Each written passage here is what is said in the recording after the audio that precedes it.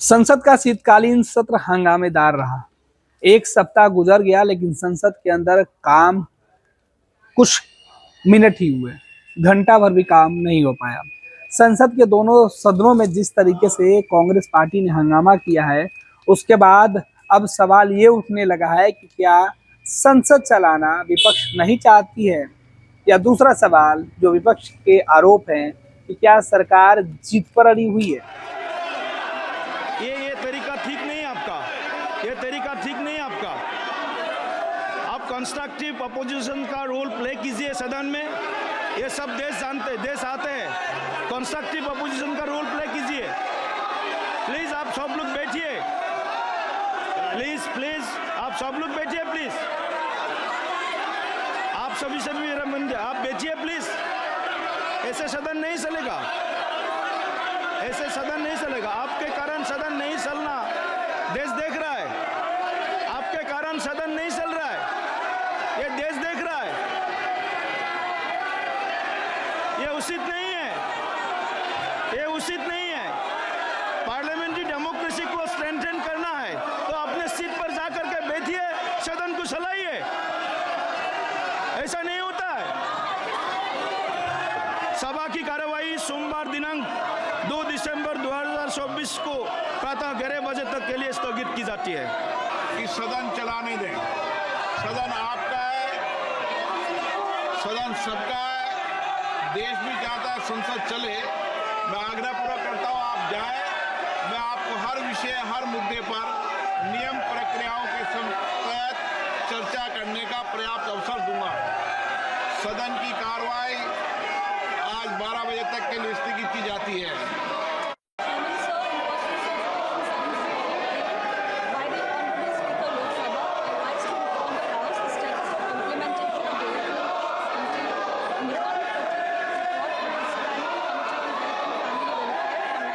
सरकार की जिद और विपक्ष के हट के वजह से संसद में देश का सैकड़ों सवाल रोज गौण हो रहा है। सवाल पूछने वाले सांसद रोज मायूस होकर लौट रहे हैं, क्योंकि संसद में कार्यवाही के नाम पर विपक्ष का हंगामा वेल में आकर प्रदर्शन करना और सरकार का जवाब न हो पाना भी एक बड़ी चुनौती है। हालांकि सदन चलाने की जवाबदेही सत्ता और विपक्ष दोनों की है, लेकिन दोनों इसमें पूरी तरीके से विफल साबित हुए। शीतकालीन सत्र के शुरू हुए एक सप्ताह गुजर गया। पहले सप्ताह की बैठक शुक्रवार को समाप्त हो गई, लेकिन इस बैठक के साथ ही 4 दिनों के कार्य के अगर हिसाब लिया जाए तो घंटा भर भी लोकसभा नहीं चल पाया है। आपको बता दें कि संसद के शीतकालीन सत्र के दौरान मात्र 54 मिनट लोकसभा चला, तो वहीं 75 मिनट तक राज्यसभा। हालांकि लोकसभा से राज्यसभा की अवधि कुछ ज्यादा रही, लेकिन वहां भी जो है वो काम सुचारू ढंग से नहीं हो पाया, क्योंकि संसद के दोनों ही सदनों में कांग्रेस पार्टी अडानी ग्रुप को लेकर, जो अडानी समूह के प्रमुख हैं, उनको लेकर सीधे तौर पर कांग्रेस पार्टी वो सवाल उठा रही है जो विदेश में अडानी ग्रुप के ऊपर उठा था। अमेरिका और दूसरे देश ने अडानी समूह के कारोबार को लेकर, उसमें गड़बड़ी को लेकर, भ्रष्टाचार को लेकर शिकायतें की थी, और कांग्रेस पार्टी को बेवजह भारत के अंदर एक मुद्दा मिल गया, और इसी मुद्दे के खिलाफ जो है वो सीधे तौर पे कांग्रेस पार्टी संसद में सरकार का जवाब चाहती है। हालांकि सरकार इस पूरे जो विवाद से खुद को अलग रखने की कोशिश में है, और सरकार ने सीधे तौर पे कहा कि वो किसी भी सूरत में अडानी के मामले पर संसद में ना बहस कराना चाहती है और ना ही इस मामले को सदन के पटल पर लाना चाहती है, क्योंकि यह मामला भारत का नहीं और भारत को इससे कोई लेना देना नहीं है। जबकि कांग्रेस और कांग्रेस के नेता, खासतौर पर नेता विरोधी दल राहुल गांधी कह रहे हैं कि नरेंद्र मोदी खुद जो है वो अडानी समूह के जो प्रमुख है उनको बचाने के लिए, क्योंकि उनकी दोस्ती है, इस तरीके से बातें करके सरकार अपनी जिम्मेवारियों से पल्ला झाड़ रही है। लेकिन कांग्रेस इस पूरे मामले पर सरकार को घेर कर बेनकाब करने की नाकाम कोशिश में जुटी हुई है, जो फिलहाल इस 4 दिनों के सत्र में दिखाई नहीं पड़ा। कांग्रेस के सांसद हंगामा किए और सवाल दब गया, सरकार का जवाब नहीं आया।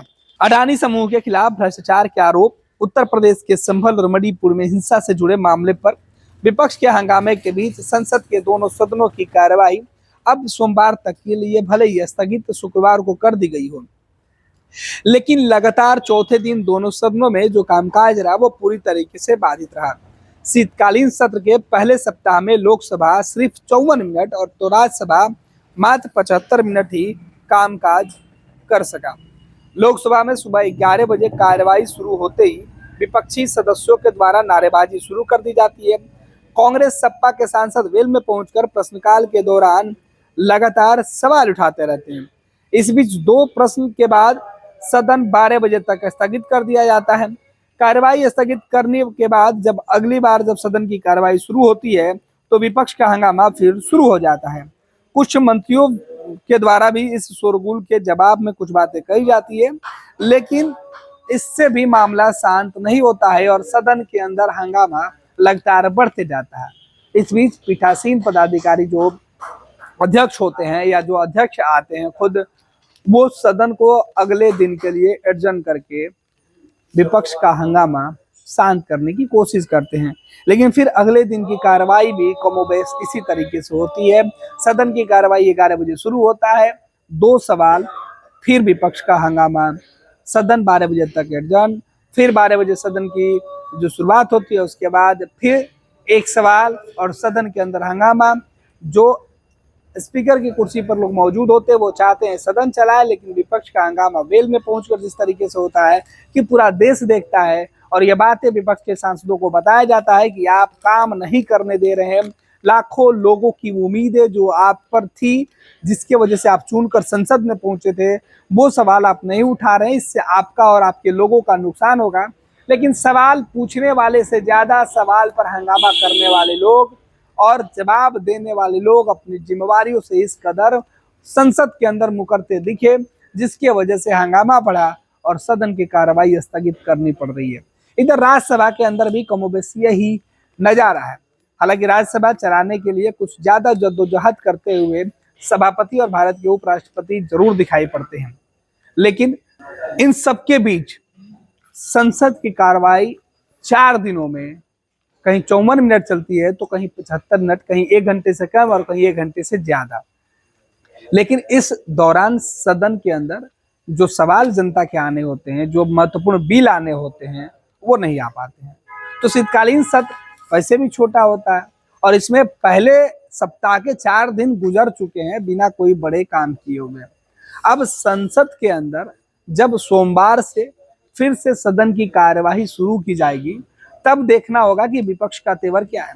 हालांकि इस बीच कांग्रेस पार्टी ने बैठक में अपने एजेंडे साफ कर दिए। देश के अंदर 2 राज्यों में चुनाव के साथ साथ कई राज्यों में हुए उपचुनाव के नतीजों से आहत कांग्रेस पार्टी एक बार फिर से ईवीएम को मुद्दा बनाकर देश के अंदर बैलेट पेपर से चुनाव कराने की दिशा में एक नया आंदोलन शुरू करने के लिए अग्रसर दिखाई दे रही है। तो बीजेपी और प्रधानमंत्री नरेंद्र मोदी खुद ईवीएम के मामले पर सुप्रीम कोर्ट की टिप्पणी का हवाला देकर ये कह रहे हैं कि जिस जगह पर चुनाव के नतीजे विपक्ष के मन मुताबिक नहीं आते हैं, विपक्ष वहां बेवजह का आरोप लगाकर इस तरीके के मामले उठाती है।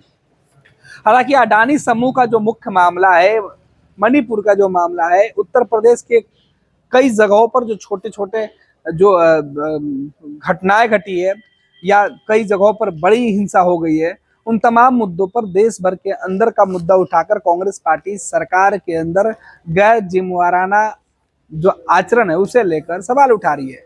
बीजेपी शासित राज्यों में खास तौर पर जो हिंसा हो रही है उसके लिए बीजेपी को जिम्मेवार मानकर कांग्रेस पार्टी जो है वो अपना विरोध लगातार संसद के अंदर रख रही है। विपक्ष का कहना है कि संसद में कार्य स्थगन जो है वो दिया गया है जिसे सरकार मानकर इन तमाम मुद्दों पर चर्चा करा ले, लेकिन विपक्ष के इस दावों को सरकार के द्वारा अब तक जो है वो इनकार किया जा रहा है कि किसी प्रकार की इस तरीके से कोई गड़बड़ी हुई है। हालांकि मणिपुर का मामला हो या फिर अडानी समूह से जुड़ा मामला हो या फिर उत्तर प्रदेश के अंदर का मामला हो, इसे विपक्ष पुरजोर तरीके से उठाना चाहती है और जो विपक्ष का मुद्दा है कि सरकार इस पूरे मामले पर एक्सपोज हो जाएगी। अडानी को लेकर अगर सरकार स्पष्ट जवाब देती है तो इससे फायदा कांग्रेस पार्टी को होगा और विपक्ष को यहाँ नाकामी हासिल होगी। और यही वजह है कि दोनों ही गठबंधन में जो जीत है वो मची हुई है। न सरकार झुकने को तैयार है, ना विपक्ष मानने को तैयार दिख रही है। दोनों तरफ से एक तरीके से माने तो संसद के अंदर जो है वो जंग छिड़ी हुई है। एक जंग अहम की है तो दूसरी जिद की है। अब देखना है कि अहम अहंकार के बीच टकराहट जो हो रही है उसका नतीजा क्या होता है। क्या भारत के लाखों लोगों के सवाल और करोड़ों रुपए खर्च करके संसद का शीतकालीन सत्र बेवजह, बेनतीजा, बेसवाल, बेजवाब होकर ऐसे ही सदन की कार्यवाही दिन पर दिन चल के एक दिन खत्म हो जाएगी, या जो लोग बड़ी उम्मीद से संसद में चुन कर गए हैं वो अपने लोगों के सवाल उठाकर लोकहित जनहित से जुड़े प्रश्न भी पूछेंगे और सरकार लोकहित और जनहित से जुड़े जवाब भी देगी, या यूं ही संसद का दोनों सत्र हंगामे के भेंट चढ़ेंगे। ये सवाल बना हुआ। फिलहाल एक सप्ताह गुजर गया, अब अगले सप्ताह में क्या कुछ होता है वो देखना दिलचस्प होगा। भारतीय जनता पार्टी का सदस्य बनने के लिए 8800002024 पर मिस्ड कॉल करें। निवेदक भारतीय जनता पार्टी बिहार।